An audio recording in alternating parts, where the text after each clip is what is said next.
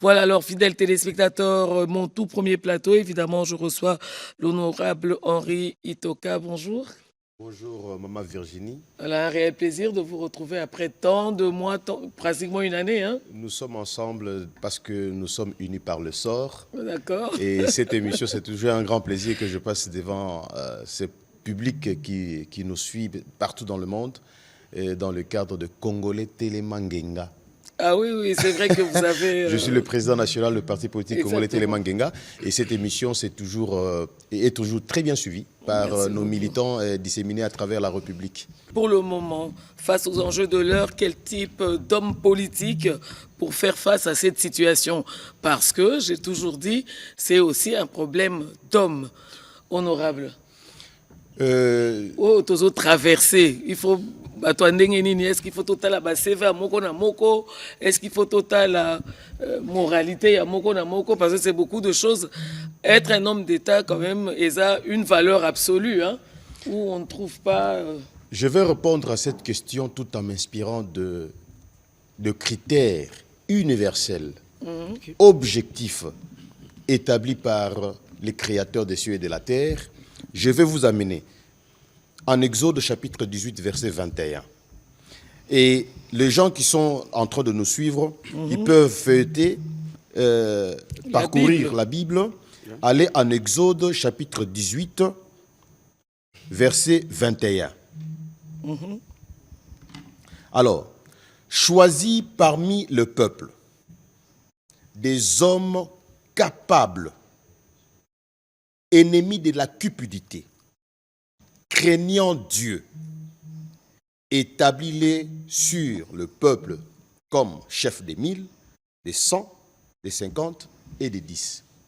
Maman Virginie, ce passage de la parole de Dieu, le jour que la première ministre, Judith Suminwa, madame est en train de nous suivre certainement, je la salue, c'est le mois de la femme, le jour qu'elle a reçu notre regroupement, conduit par Julien Paluka Ongia, lorsqu'il m'a été demandé de prendre la parole devant madame Suminwa, je lui ai dit, Excellence Madame la Première ministre, lorsque vous allez composer votre équipe gouvernementale, tenez compte de ces critères que Dieu a fixés. Ici, nous sommes dans un contexte où Moïse sort de l'Égypte et il vient chercher la sagesse auprès de son beau-père Jéthro.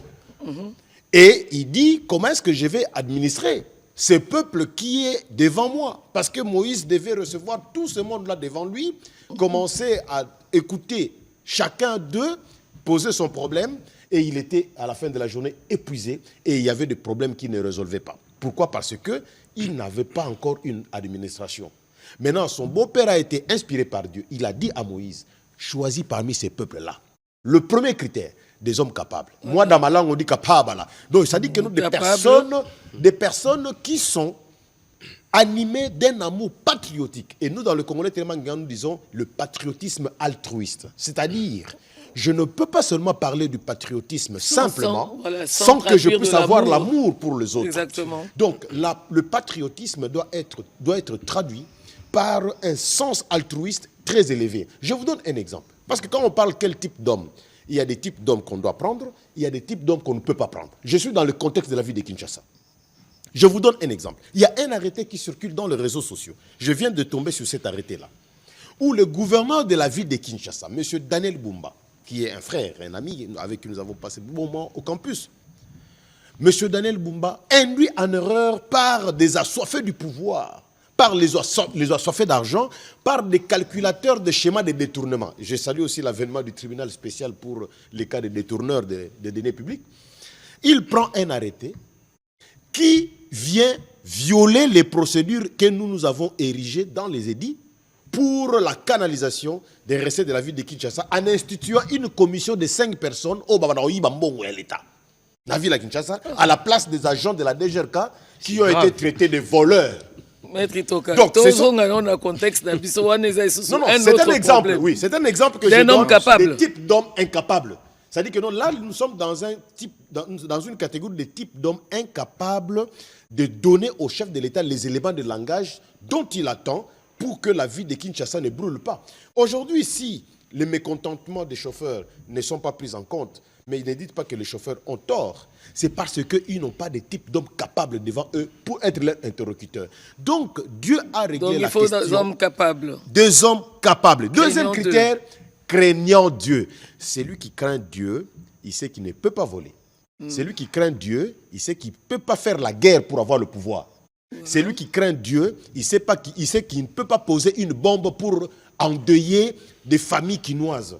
Celui qui aime Dieu, lorsqu'il passe devant le peuple, lorsqu'il parle, il faut que la population sente dans son langage des paroles inspirées qui édifient.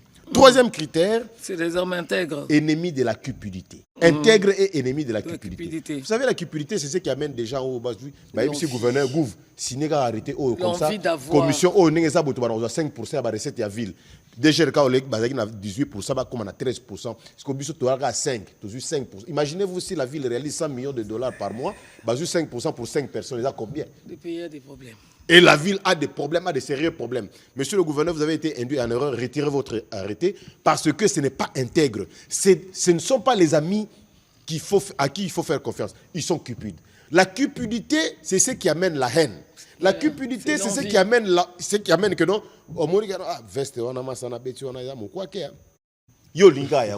L'envie. Mais pourtant, tu es habillé. Donc tous ces critères-là, qui sont énumérés en Exode chapitre 18, verset 21, doivent être pris en compte pour que nous ayons un Congo uni, fort, prospère et qui prétendrait atteindre au bien-être de la population. Donc, pour ne pas monopoliser la parole... Parce qu'on va passer, la même question sera posée au président du Front de la Patrie, justement. Nous avons créé notre parti politique congolais Télémangenga et nous nous appelons des porteurs de lumière. Les membres de notre parti, nous nous appelons des porteurs de lumière. C'est-à-dire quoi? Eux, ils sont les porteurs d'amour de la patrie. C'est-à-dire la lumière, c'est ce qui éclaire et les intelligences et les sentiers. Parce que quand vous êtes dans la lumière, vous n'allez pas accomplir les œuvres du ténèbre.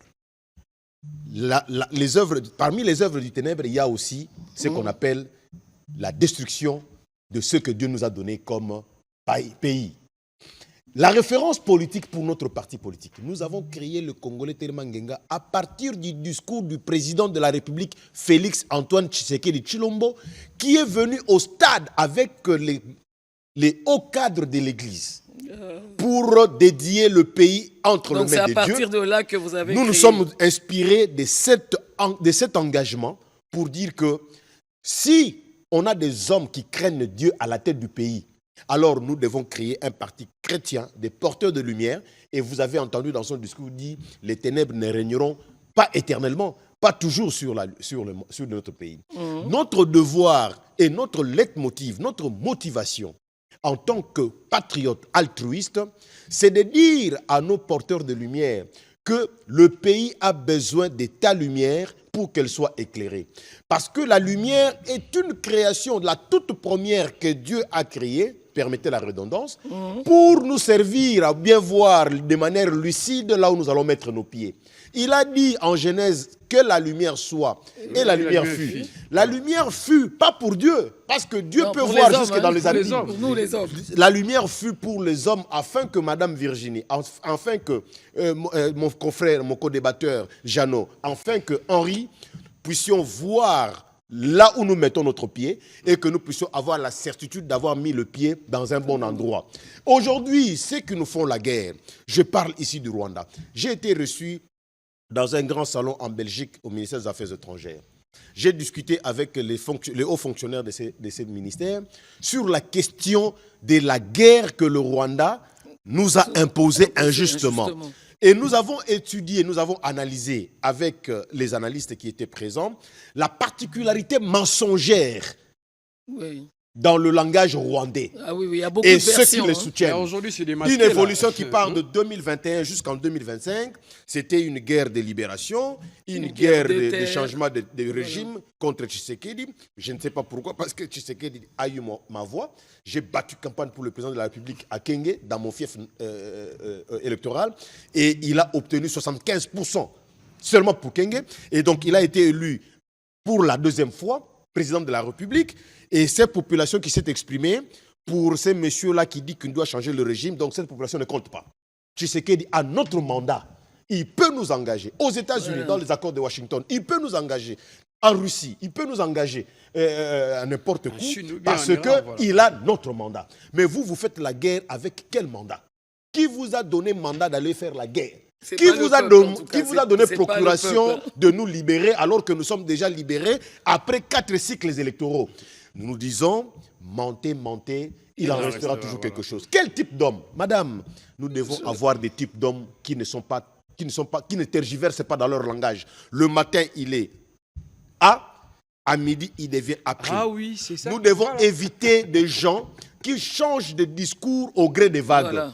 Nous devons avoir des gens constants qui regardent d'abord ce qui est dénominateur commun de tous, la République démocratique du Congo. C'est ça que nous appelons dans le Congolais Télémangenga le patriotisme altruiste. Madame Virginie, je vais chuter parce que j'ai une toute dernière question. C'est une matière qui me tient à cœur et que je dispense dans tous les forums, tous les forums des porteurs de lumière. Ils ne sont pas des militants. Ils sont porteurs de lumière. Pourquoi j'ai dit qu'ils ne sont pas militants? Parce que le militantisme, c'est pour un gain sordide. Mais être porteur de lumière, c'est-à-dire que vous êtes responsable.